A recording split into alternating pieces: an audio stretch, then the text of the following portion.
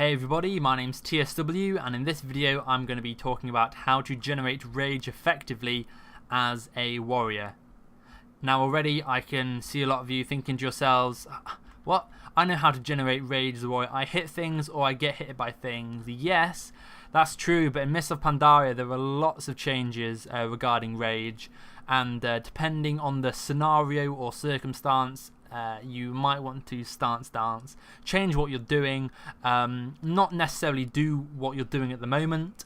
And so in this video I'm going to be going through the different scenarios where you want to change stance in order to get the most rage, because we all know that the more rage you have, the more flexibility you have with your rotation, and the more heroic strikes and shield blocks you can do, and obviously other spells for different specs.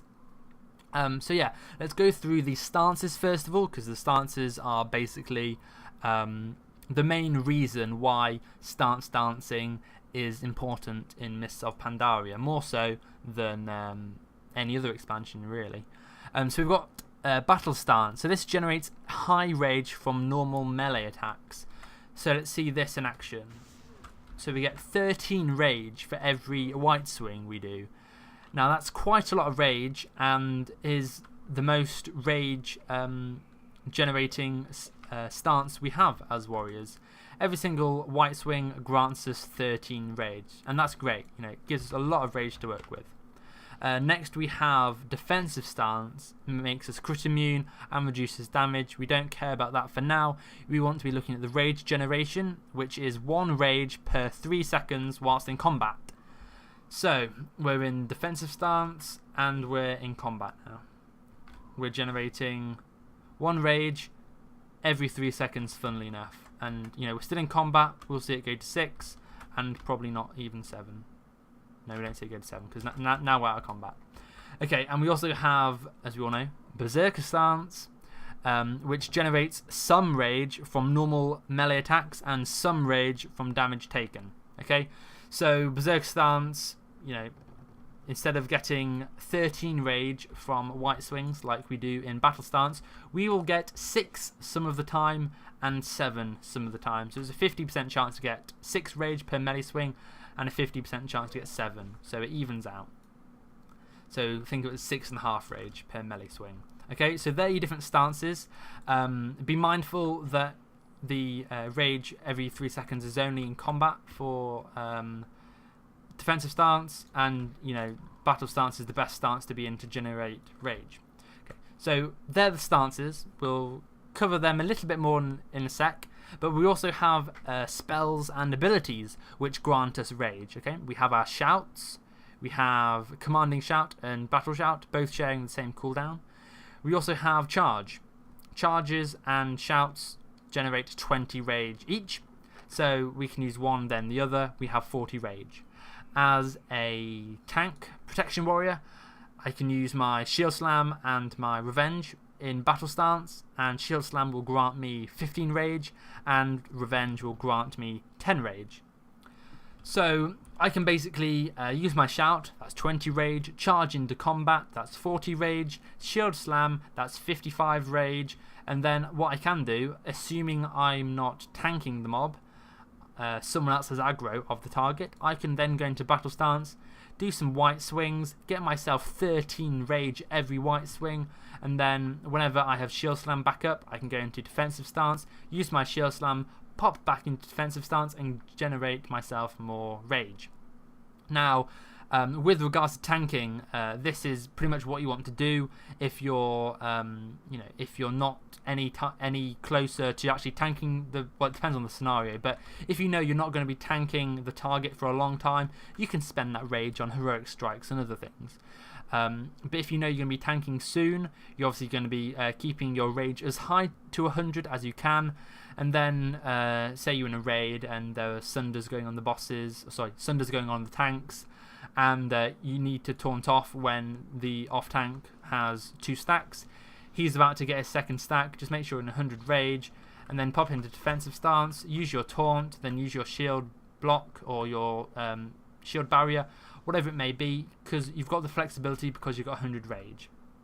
So I'm now going to show you how to do that. So what I'm going to be doing is shouting for 20 rage, charging for 20 rage, shield slam for 15 rage, going into battle stance for 2 melee swings for 13 rage apiece. When I do my second white swing, my shield slam will be already off cooldown. I will then go into defensive stance, use a shield slam, then back into back into defensive stance. If you don't understand what I'm saying, you hopefully will be able to see from this. So yeah, shout, charge, shield slam, battle stance, 1 melee swing, 2 melee swing, and then a shield slam, and I have 98 rage. And that is in 9 seconds if you have no downtime. Like if you use every spell one after another, it will take you 9 seconds. More realistically, 10 seconds, because like the charge, travel time, and lag or whatever. But yeah, 9 or 10 seconds to get 98 rage, and that's the quickest that myself as a protection warrior can get 100 rage or thereabouts. So the advantage of obviously having more rage is having an easier rotation, being able to heroic strike more, do more damage, be more defensive, use shield block, shield barrier, etc. But also in terms of PvE and PvP as different specs. Say you're an arms warrior, you're attacking the boss, and the boss does some sort of AoE Nova around him, and you need to run away from the boss. Let's say that I've used a lot of my rage up, just because I've used loads of heroic strikes or whatever. I've run away from the boss.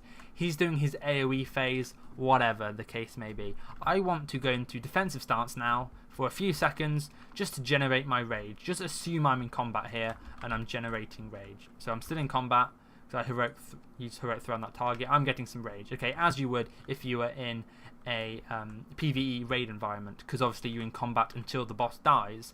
So I'm generating more rage, so then when I'm able to kill the boss again, I can charge in, and instead of going bam 20 rage, I can have maybe 5 rage saved up if I'm in defensive stance for a few seconds or whatever. It's fine. So that's great. Excuse me, sorry. So yeah, that's fine. The same goes for PvP. Say I've got a maid attacking me, and I run around the corner. I've used all my rage, whatever.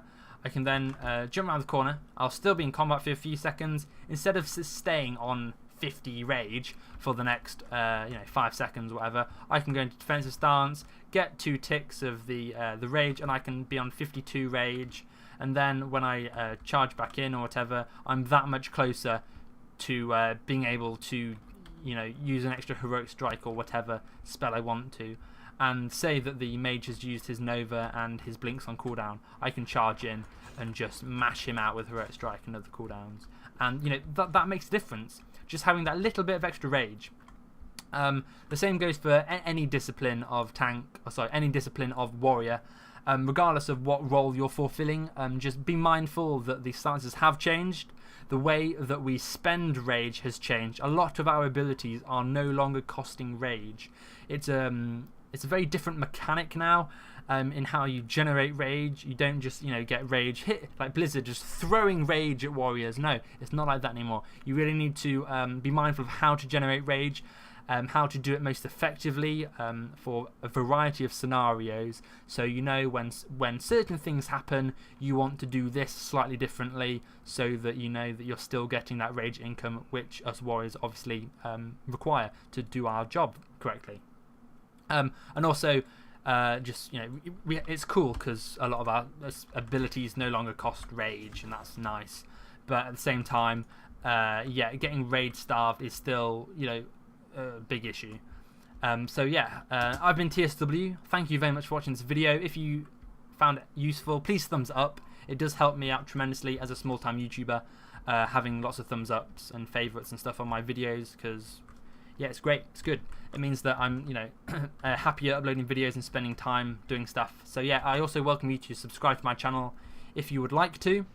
And I genuinely hope this video has helped you out, and I'll be bringing some more warrior stuff in the future for Mr. Pandaria. I'll see you guys later. Thanks again, and yeah, bye bye.